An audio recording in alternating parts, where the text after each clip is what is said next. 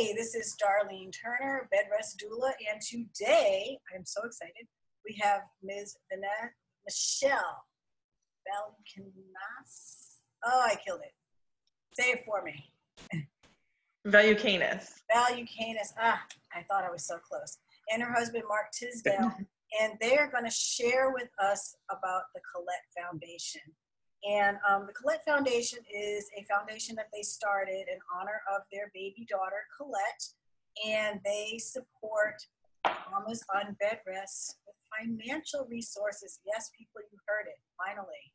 Financial assistance. So rather than me drone on, I'm going to let you guys share. Thank you so much for coming on. I'm so excited. This is so amazing. Welcome, Michelle and Mark, and I'm going to leave it there because if I try to go, Perfect. It's going to be a mess. So hi, guys. Thank you. Thank you so much for having us. We really appreciate it. Yeah, so this is a great foray into talking about moms on bed rest because that's really where it started. Our story started kind of how I imagine most people's stories started, right? Yeah. Like my pregnancy was good until it wasn't. Yeah. So I went to a standard OB appointment and my blood pressure was 188/110. And it was go to the hospital right away. And it was that I was admitted. And it was probably after midnight and we had been there for several hours when finally somebody came in and said, one of the doctors and said, "Do you understand what this means?" And I said, "No, not really." And she said, "You're going to be here until you deliver." And that was May 8th, and I wasn't due till September 7th.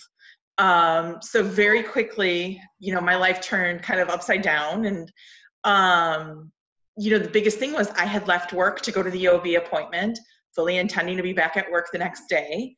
So there had been no planning for it. We were in, luckily, a financial situation that we were able to handle, me essentially losing my income because that happened pretty quickly because I didn't have that kind of massive leave time. I didn't have that much time saved up. And so I think I was in the hospital all of, 15 hours or so before I turned to Mark and I was like, we have to do something because this means like we could afford it, but so many families couldn't. And so we really want to do something. And I think Mark's response was to tell me to stop worrying about other people and worry about myself and the baby. And, it really formulated from there where I really was like, no, we've got to do something about this. I ended up on bed rest for a little over 3 weeks. So yeah, I missed 2 pay periods essentially. And, and I knew it and we wanted to go as far and let, the baby cook as long as possible. And, it was just doing that and trying to manage, I was still trying to do some work from the hospital, interspersed with doctors coming in and checking and nurses checking blood pressure and the whole thing. But, it was really, you could see where the expenses would, hike up all the time, right? And so that was really something we were trying to manage, and luckily we were able to, but I just kept thinking about how many families wouldn't be able to deal with that surprise. And that's really kind of where it started birthing out of that. And then after a little over 3 weeks, when they did a repeat ultrasound and there was no growth of Colette, she had already been behind in size, and then they were hoping she would catch up once they regulated my blood pressure, and she didn't. There had been no growth. They recommended to deliver.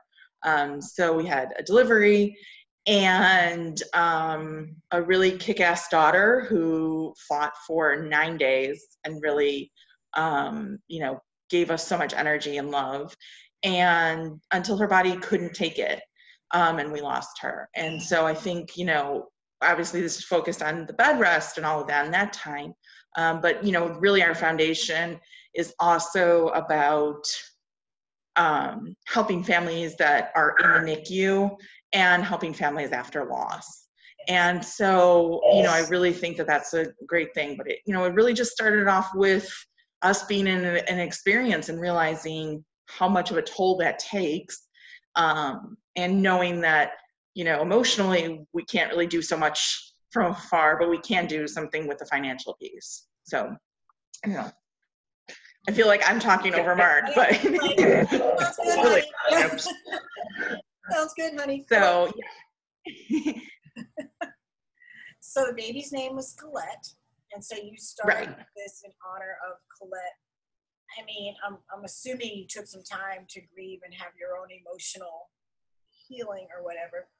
But talk about how, because and it was the same type of thing when I was having my daughter and everything was going loose, and I'm going, this is not going well. You know, this is not that we birth these other things, you, the foundation, me, Mama's on bed rest. But how did you then, you know, because part of me is thinking, gosh, I don't know if in my grief I would have done something like that. How did you kind of swing around and say, yeah, we're going to start this foundation and honor Colette and basically immortalize her? Yeah. Go ahead, Darcy. So I think it helps that we both came from nonprofit backgrounds.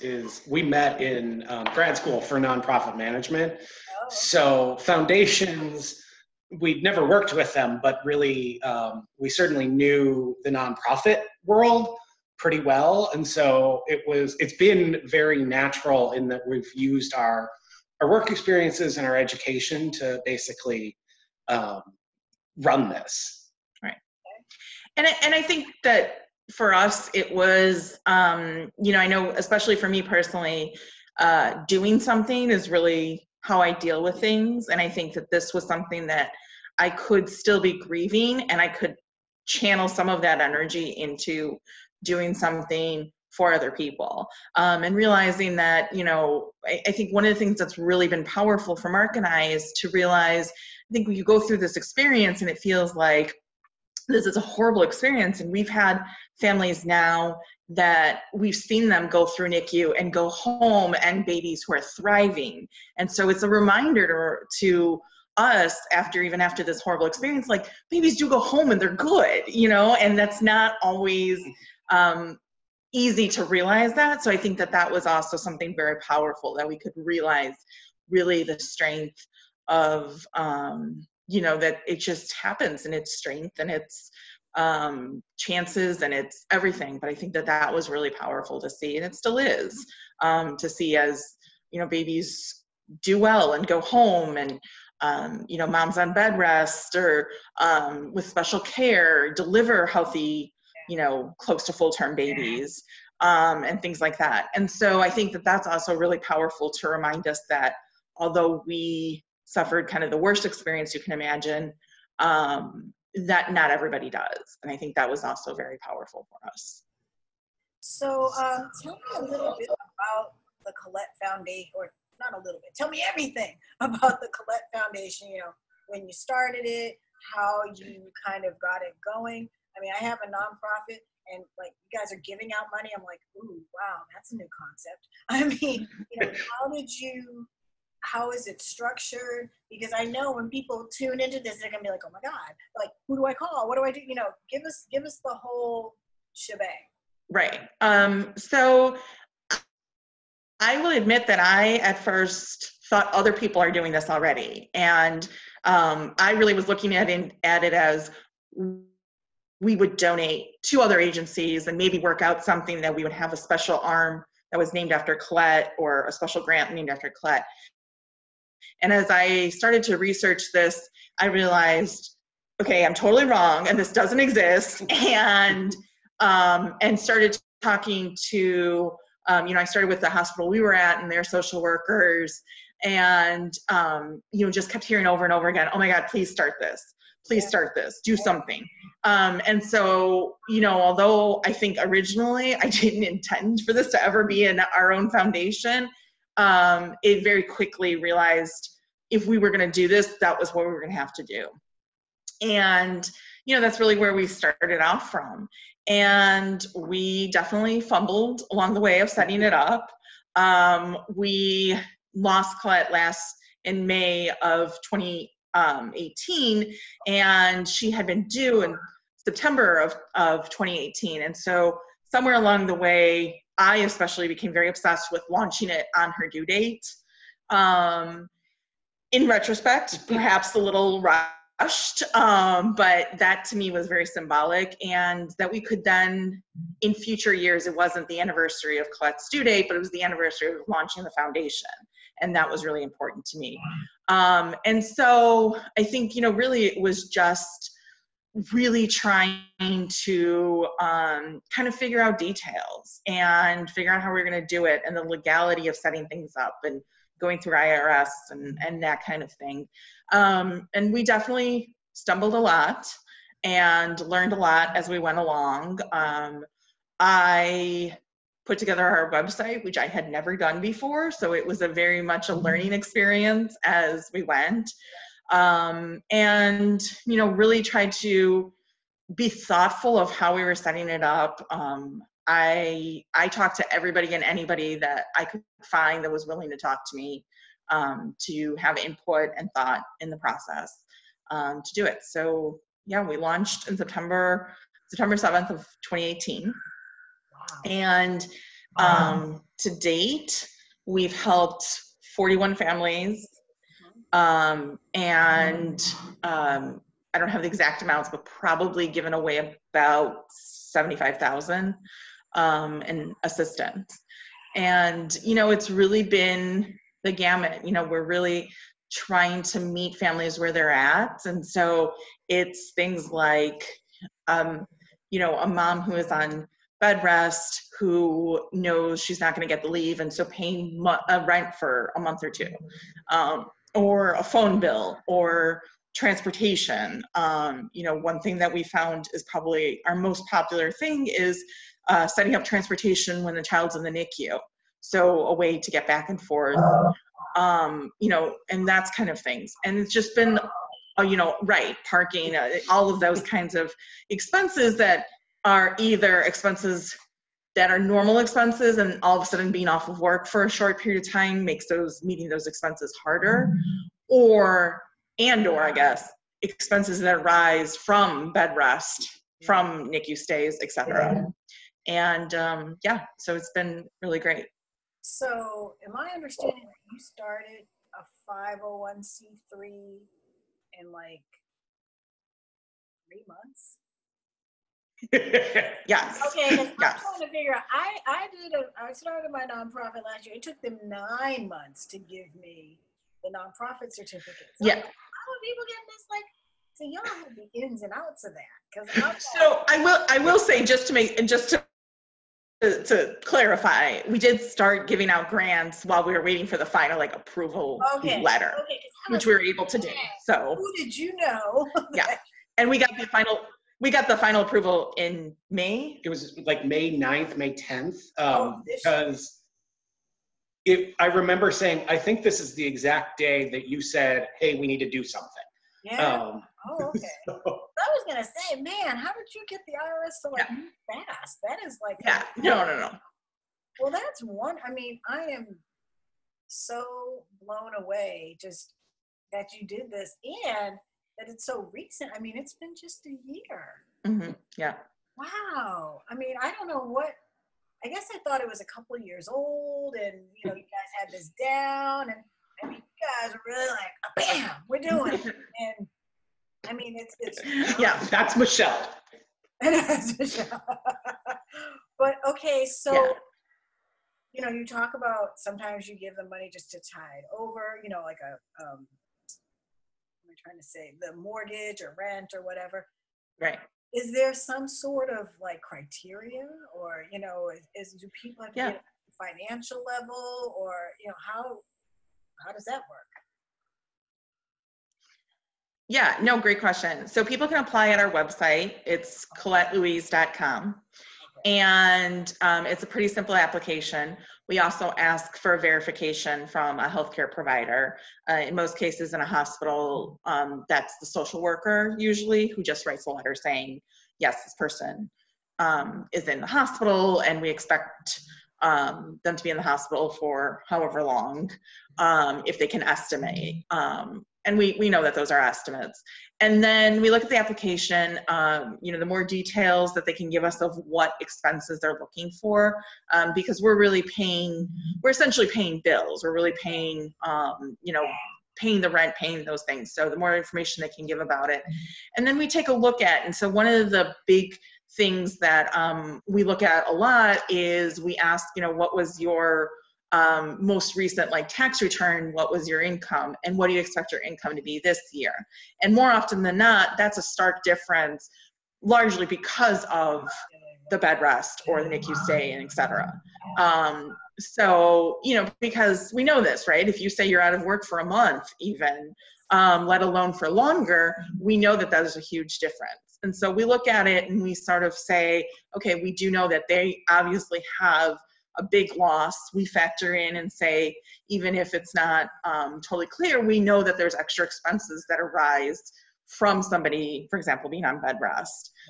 So, that might be extra, if the woman's partner is coming to and from the hospital, that might be extra expenses of gas or parking or anything like that. It might be childcare for older kids, those kinds of things. So we know that there's extra expenses that arise. And we kind of just look at it and sort of decide, okay, would this really help this family to have some stress taken off of them, have some relief of this, and get them a little bit ahead, so that they have this one less worry.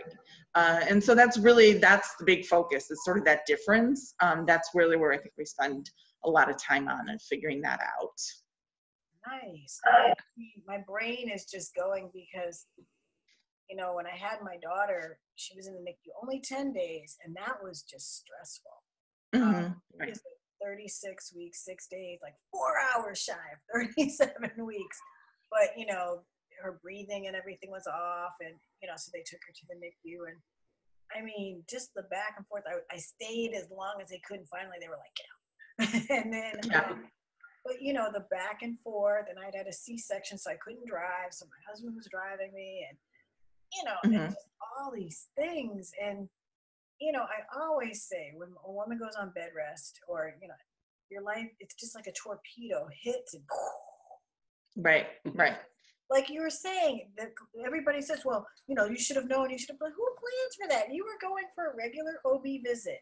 You thought, I'll be in there an hour, and then I'll go back to work, or whatever.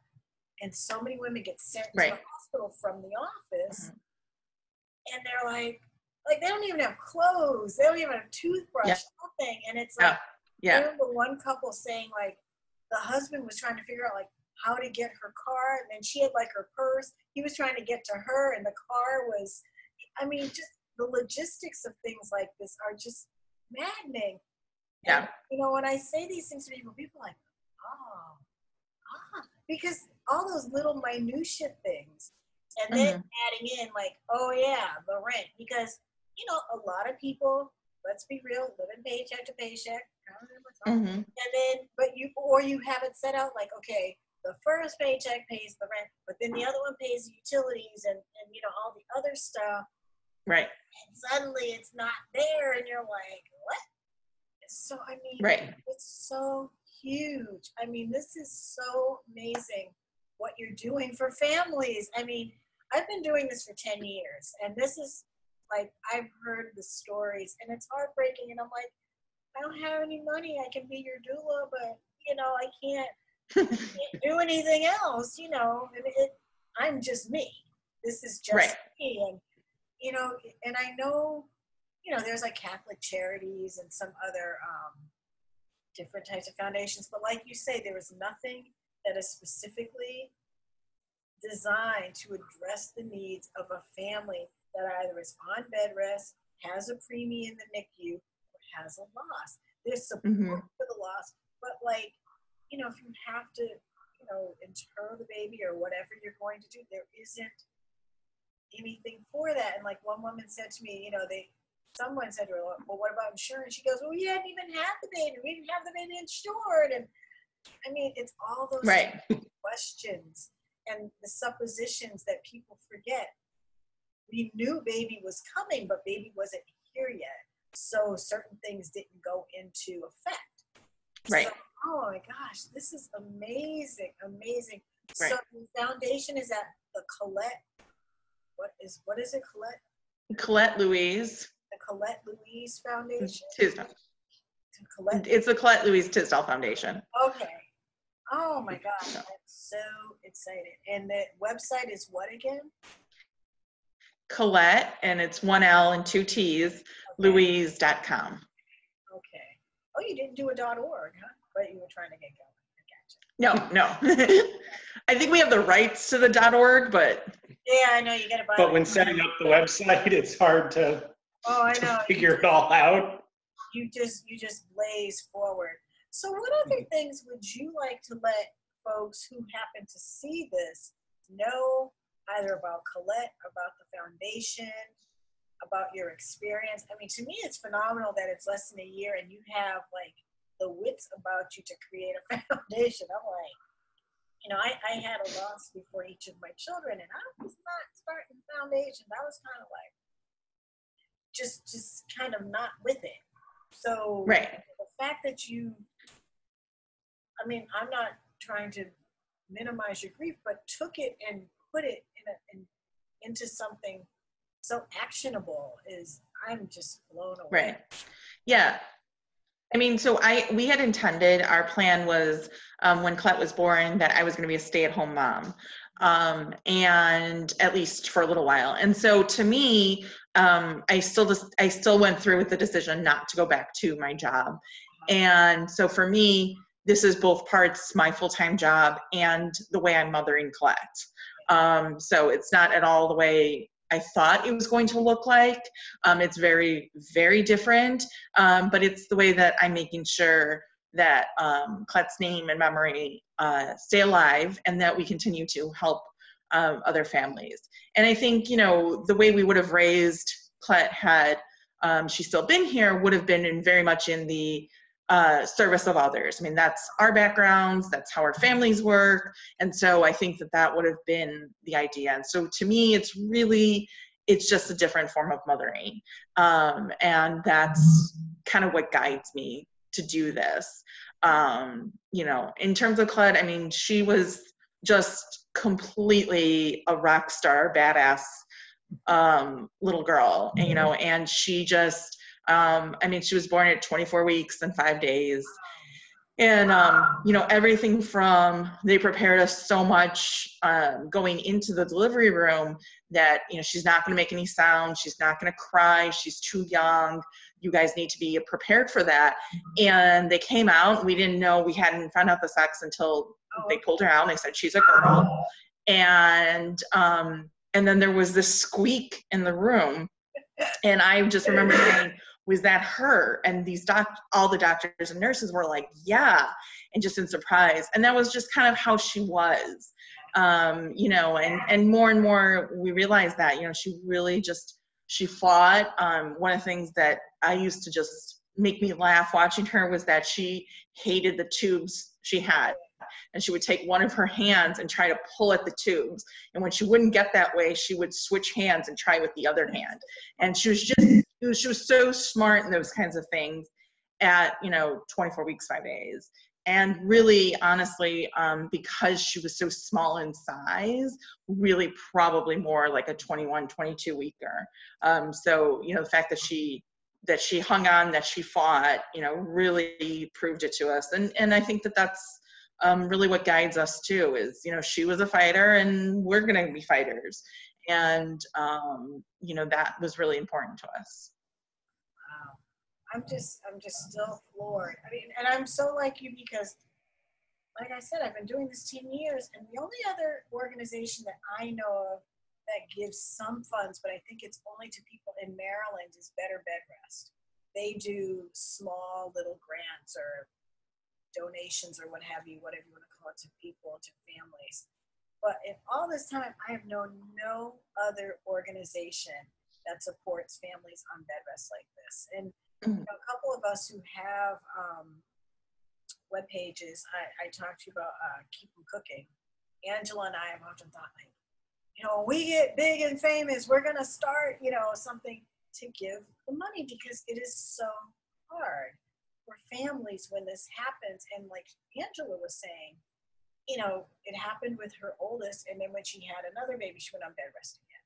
So, you know, the second time they had kind of saved for it or what have you, but, you know, sometimes you just don't know. There's just no way to know. So, I mean, and it is amazing that no one else has thought of this, but I also realize people don't think about complications in pregnancy. Not that we want to dwell on it, Right.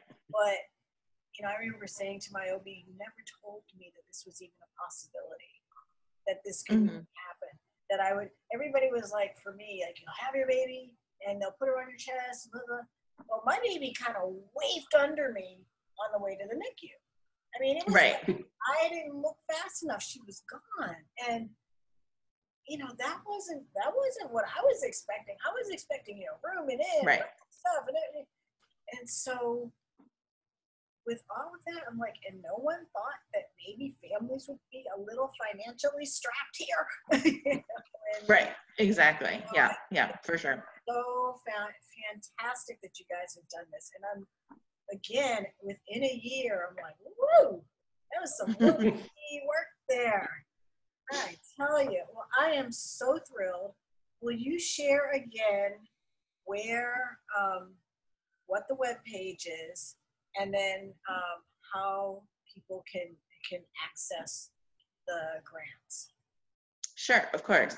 So the website is www.Colette, and Colette is 1 L, 2 T's, Louise.com. So ColetteLouise.com. And, you know, on there, it's pretty easy. There's a link for financial assistance. There's one application for hospital stays, and there's one application for loss. And the hospital stays would be bed rest or NICU, either way. And then on their website, we also have a form that healthcare providers could fill out and use for the verification. Or they can send a letter as well, and that is often what they have. They sometimes have that in their system, and they can just generate that and send it, and that's fine too. And then, you know, you submit it, and we respond within 2 business days. I will tell you, I usually respond within 2 hours. Yeah, I mean, I think if it takes more than 2 or 3 hours, it's surprising. And so I usually respond, and a lot of times that's like, you know, finding out some more information.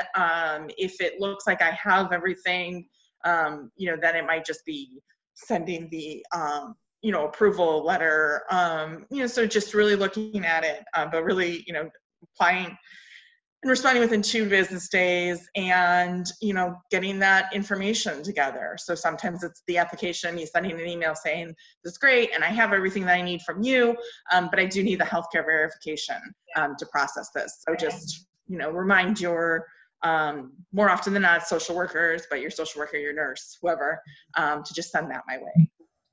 One other question I have is, you know, I try not to be a buzzkill, but there are people who are less than generous, I will say. Yes. And so when you're dispersing funds, do you actually pay a person's bill, or do you actually give them the funds? So we are generally paying the bills. So we're usually paying straight to vendors for that protection. You know, I probably 99% of the people, I would totally be legitimate. They would use it for completely legitimate purposes if we sent it straight to them. But that 1% is sort of what is concerning. And we definitely, we have done a couple of denials. You know, it hurts every time we do it, but definitely we've had a couple where there's just been a lot of red flags where it just doesn't feel like it's legitimate. And then a couple denials where we just don't hear back, or we don't get all the information, and after a certain amount of time we'll just sort of deny it. And I never know what happens there. I don't know if other things come into play and they you know, give too much, but we give them you know, probably upwards of a month before we'll finally send them a letter and just say, you know, we're going to deny you. And in those cases we would always leave it open if circumstances change and they wanted to come back and apply again. We would let them do that. So yeah, so we are paying straight to vendors. So that's some information that we would need as well. So if we're paying rent, you know, what's the landlord or the property manager's name and address so we can send it to them, that kind of thing. Nice. Oh man, I mean, I'm sure. I'm just thinking of over the years, all the different moms that I've had call or, email me, what can I do? And that had this been there, they would have been like, oh my God. Because, I mean, one way or the other, I wouldn't care. I'd certainly give you my landlord's name, address, phone number, call them, text them. I don't care. But, just to have this, that with those, like you're saying, with the red flags, kind of like, okay, they didn't get back to us. Yeah. But it's just so wonderful. I've just not heard, like I said, I've been at this 10 years, never heard of anyone other than like Catholic charities or there's another diocese, Episcopal ministries or something, along those lines, which again, Catholic diocese got cash. So it's, a very different kind of thing. I mean, here you are, a couple, a family who just says, yeah, we're going to do this. And I'm like, okay. That's, do you fundraise? Do people make donations or? Yeah. So we definitely have on our website and our Facebook page, people can donate. At this point, we've agreed to fund it ourselves. And then we had a lot of family and friends who, after Colette passed, kept saying, I want to do something in her honor. I want to do something in her honor. And, really we were able to say, just give us a few minutes and we'll tell you. And so we've had a lot of family and friends who have donated and just shown so much great support, which is absolutely amazing. It's way more than either of us could have imagined that they gave. And in terms of fundraising, we are looking probably to have 1 to 2 fundraising events in 2020. I think largely we just wanted to see, was this really going to be something that was going to take off? And yes, it has. And we've realized the need is even more than I think we had thought. Yeah. And so I think we will have fundraising events next year. Very cool. I'm going to keep my eye on that. If I come up with anything, definitely, if I have cash, not that I usually do, but, send something because it's such a spectacular idea and it is so needed. I mean, I can't even think of the number of women who I've gotten emails and calls from and I need help and what am I going to do? And I'm just like, I don't know. Is there a church near you? Or I don't have any answers. And I mean, it spans, anywhere in the U.S., any race, creed. I mean, it has no discrimination there. Anybody can need it. And, it's just across the board. And so that you guys did this, I just want to thank you so much because I know the need. I know from the women that I've worked with and worked for, I know the need. And it's going to be just spectacular that, you're saying, well, it's not maybe much, but for that family who was looking like, we don't have rent, it's, it's the 29th and we don't have a rent or, they're about to drive off in our car or, whatever. This is just such a huge gift. So thank you so much. Right. Of course. What are you doing? I said go upstairs and stay upstairs. You don't listen to me. Even the dog is quiet. Well, thank you so much for sharing your Yes, thank you for allowing us for sharing to your foundation, for sharing about your daughter. And I mean, the gift that you are giving is monumental. I mean, I don't know. Well, thank you. You guys know. I don't know if you realize right now what you embarked upon, not just in terms of the 501c3 and the nonprofit, but the families that are going to benefit from this. And, I know it was hard for you guys losing Colette, but for those of us on this side, oh my God, all this for this little girl and look at what's happened. So I thank you so much on behalf of the families to come. I'm going to let you know, I am going to put this on my webpage. Page. And I'm going to be like, Did you hear? There is a group here in Austin where I am called Hand to Hold, and they support NICU families. And I'm going to let the executive director that I know there, Kelly, know, like, there is this really awesome foundation that and I think as well, you know, in terms of fundraising, I'm going to put it out there, like, even if you don't want to donate to this foundation, because, you know, we're helping families, and it is just so amazing. So I'm going to share it. I'll be sharing it. Sounds great. That's what we love. After a while, you might be like, stop sharing my webpage. But no, it's just so important. And, you know, just having been even briefly a NICU family or briefly on bed rest, and just torpedo that the anxiety and the angst is just so amazing. So I'm so thankful. Thank you. Right. Thank you. Any parting words before we go? No, just you know, we went through a real tragedy, but I think, I mean, to me, I find it a blessing every day that this is what I get to do, is that this is my form of mothering, that I get to really, in Colette's name, I often joke that Colette is my boss, and, you know, I get to really help families and meet families, and that, you know, Colette is more known than she would have been if she was alive.